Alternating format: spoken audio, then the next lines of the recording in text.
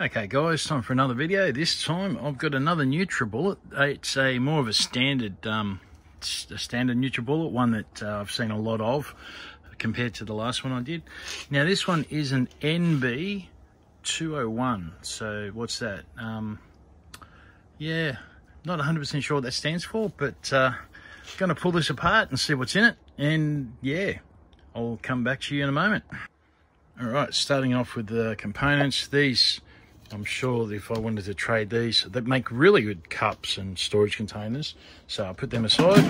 Now as for trade items, needs a bit of a clean, but it's had a bit of a workout. There's like a couple of different configurations. That one there, that's an interesting blade configuration compared to this one. Obviously they do different things. That one might be for, I don't know, nuts, ice, who knows. Anyway, I haven't really looked into these and researched them. This one, the bearing, this one a bit of a tight, whereas that's quite loose. Okay, so there's obviously a little bit that goes on with these. There's probably some sort of aftermarket value on those. I'll have to look on Facebook Marketplace later and see what's what. Now, what I really want to do is get into the crux of this and pull this apart and see if there's any scrap value. This scrap value is more of a general thing, like copper wire, well, that's, you know, everywhere in the world, that's universal. Whereas these, well, obviously you need someone who has invested in one of these and they want an extra one of these, or their one is actually starting to play up or has actually seized, and then you could trade it for that sort of thing.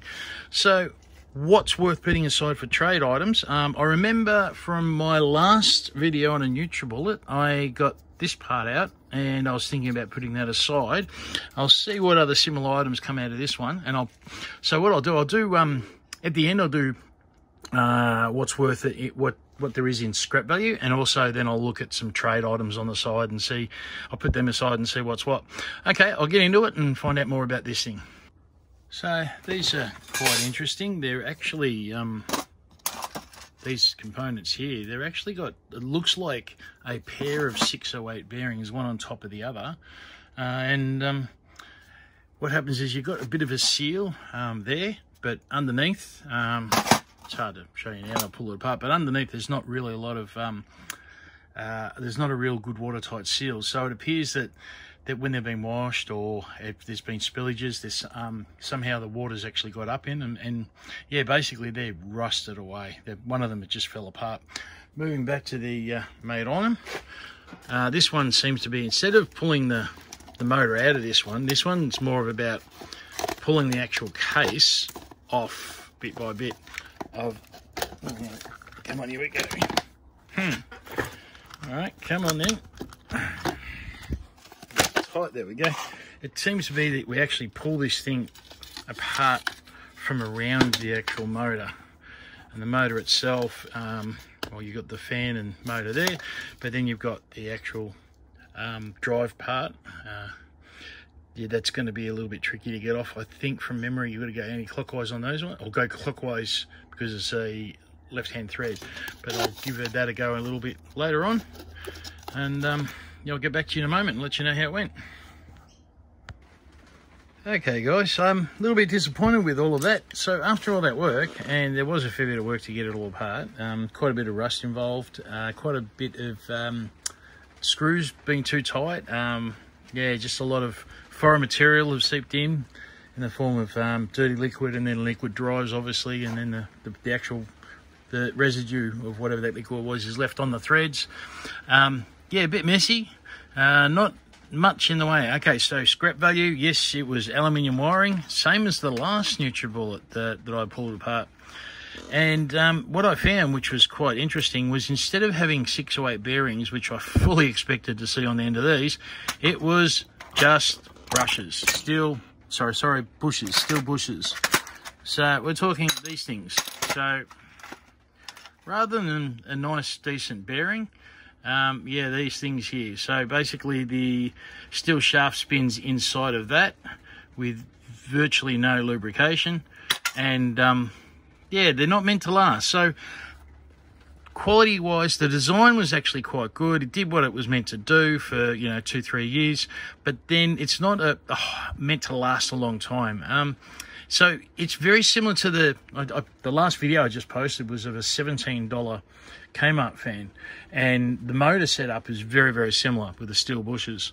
So yeah, basically only meant to last, I don't know, a couple of years on top of the bench top, and then as soon as it starts to wear down, yeah, they get rid of it.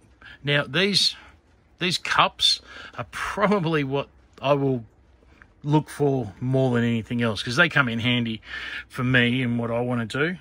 If they're clean enough, you could use them as a cup, but I'd probably use them for store different parts. Yeah, a bit concerned about plastic. I'd rather drink out of a mason jar, to be quite honest. Filtered water, mason jar, anything plastic. Well, you know the expiry date on a plastic bottle? That's not for the water, that's for the bottle. So after a certain period of time, the bottle starts to leach itself into the water. So yeah, filtered water, guys, and much better than bottled water. Okay, so getting back to what I was supposed to be thinking about.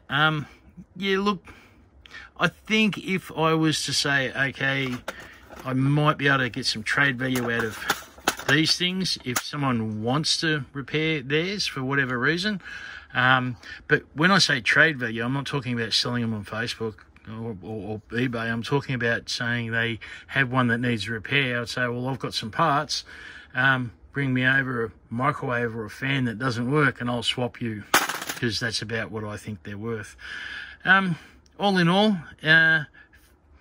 it was strongly constructed, had lots and lots of plastic, no aluminium, no stainless steel, nothing decent.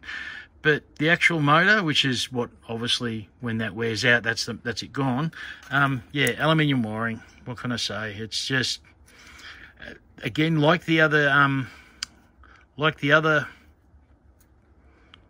we go. Just try and focus that in.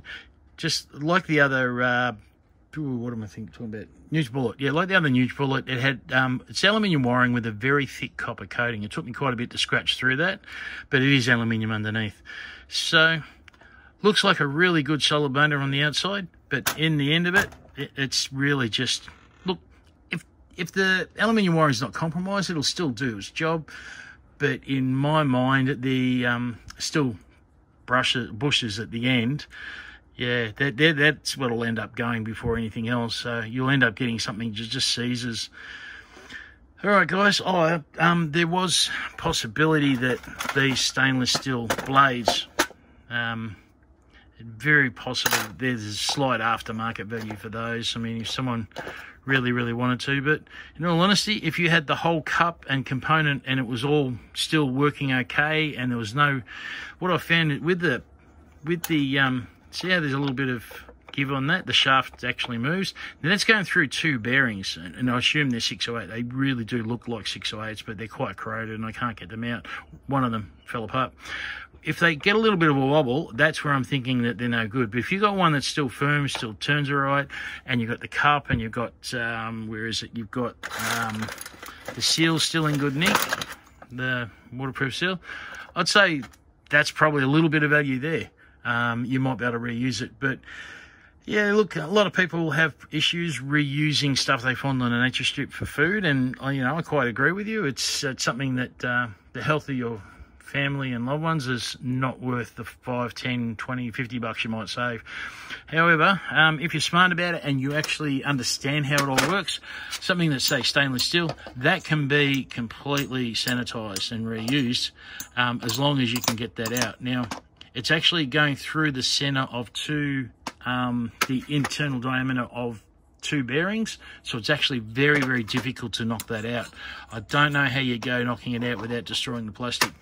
Interesting little setup, but look, I think the actual scrap value was in the cord. So the fact that actually, where is it?